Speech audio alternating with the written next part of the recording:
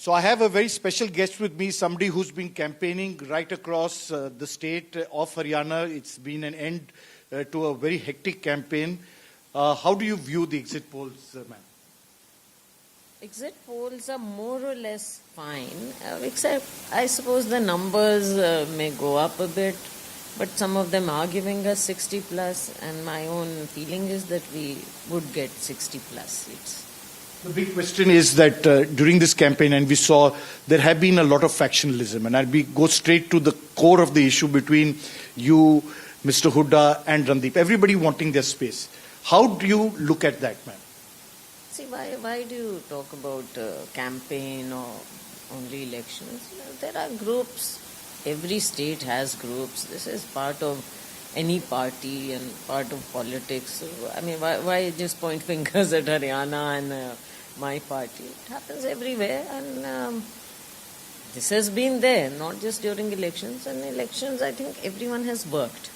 All said and done, everyone has worked, and even before elections. It's not just that we have toured the state during elections. We've done our yatras, we've done our programs, and on the ground, all of us have worked hard. Especially, I think this was post Rahul ji's yatra, when he first came, the Pad Yatra, Bharat Jodo Yatra. After that, I think everybody has been active on the ground. When you say active on the ground, everybody has been.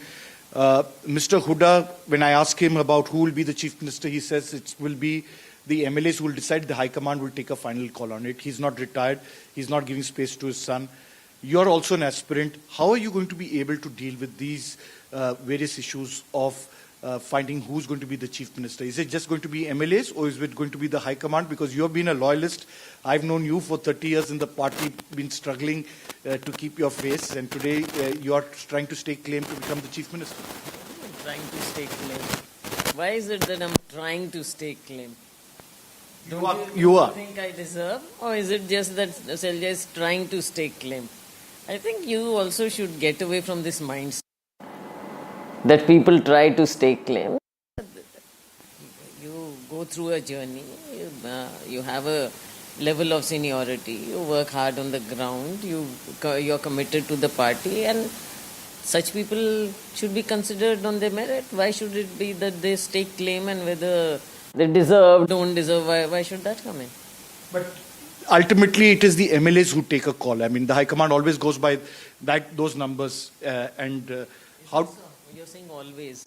Not is always. It so? In your own state, you've seen in many states. It's not that. You see, this is, I think, is a very shortcut kind of thing. I've had this discussion not only in the context of Haryana. Haryana, now elections are there. But I've always felt, and over the years, I've had this discussion even with the members of the High Command, that a national party has to take a political view on things. And that is what they have. What should be the main consideration of the decision anytime, anywhere, for any post, as to what we want to do, what we want to show, what we want to present. So that, but apart from that, see, it's always the High Command's last word which counts. Obviously, once you start this, then jostling starts, and I don't think that's very healthy for a party. Not healthy for a party, but you have seen, and we've been together, seen, for example, in 2004, when Mr. Hooda became the chief minister, 2005, when he became the chief minister, it was to oust Mr. Bhajan Lal. In those years, the strongman of Haryana. You supported him at that time. The rest is history. Mr. Hooda at that time for becoming chief minister. Now, of course, things have changed drastically. Do you still feel this is time for jostling? I feel that, again, even at that time and even at this time, see, that was also, if you say that counting MLAs, and I don't think that's a very healthy sign for any party. It's always the High Command which has to take a view and decide. Because otherwise then people feel, and then they get tied up and they get tied down, and that kind of politics and is not very good for any state, because that, I feel, also leads to further factionalism, as you media people like to call it. But, ma'am, if you look at it in terms of very specifically in Haryana's context, today I don't like you to be projected as a Dalit leader, but the fact that you are from that and you have emerged from a deputy minister to a cabinet minister to a CWC member within the party, to a great extent, do you feel Haryana can move away from that and be able to, give you that space at this juncture? Haryana can give me a space. It's you people who have to come out from those shackles, that mindset that Haryana is like this, Haryana is like that. I can assure you that I have support from all sections of society. You are mistaken. Don't fall into that trap. This is something which may be projected or propagated by some vested interests. But I think you should move away from that and move forward. Because we saw today, this time round in the campaign, caste polarization, Jats versus non-Jats, That you will see when the results come out. You feel, and what do you mean by that? I mean that, all sections have supported the party. All of us moved around. Dalits have supported. In a big way, they came back to the party in Lok Sabha and now in Vidhan Sabha. So, not just Dalits, others also. And in Haryana, and I always say in all my interviews when asked, that it's the Chhattis Biradari. And I think we have to move away from one segment, dominance of one segment, because you're not doing any justice to that one segment also. You're isolating them.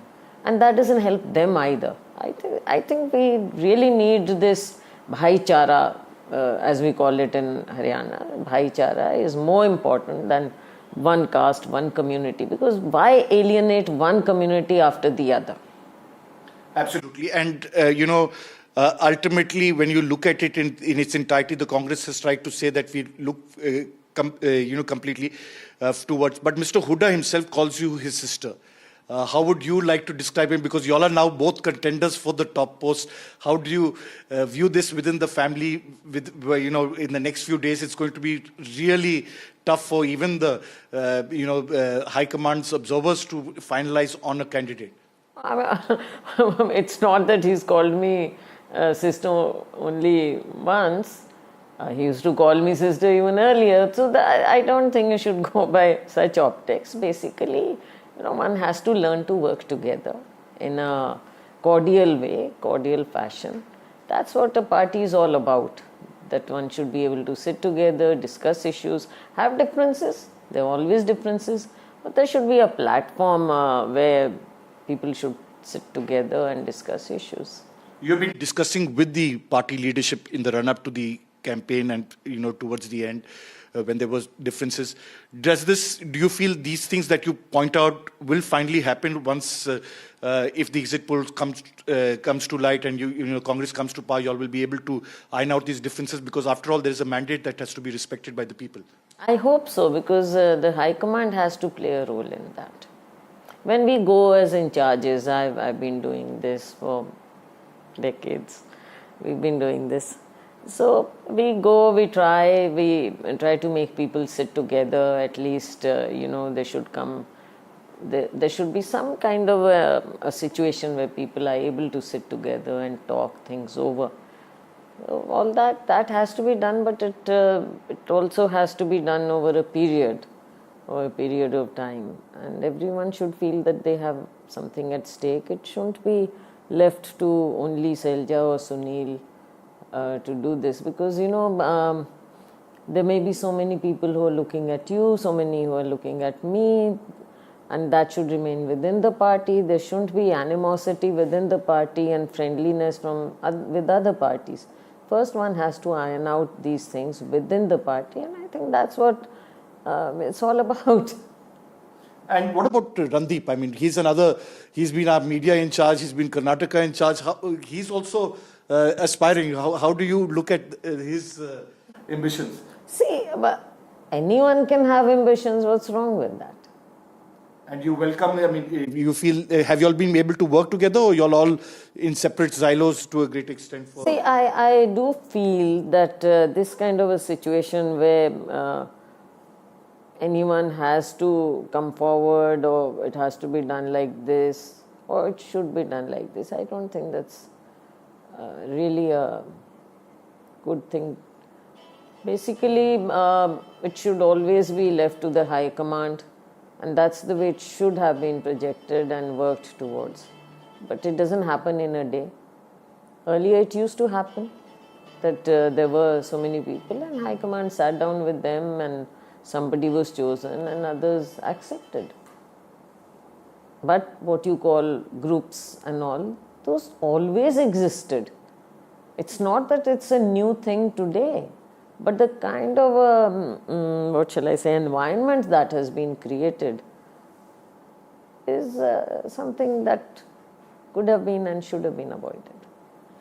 Shouldn't be avoided. I think you have had a very free, frank exchange with a possible aspirant and who could, I know she'll get upset when I say, but she's definitely putting her foot forward to the Chief Minister's chair in Haryana. Over to you in the studio.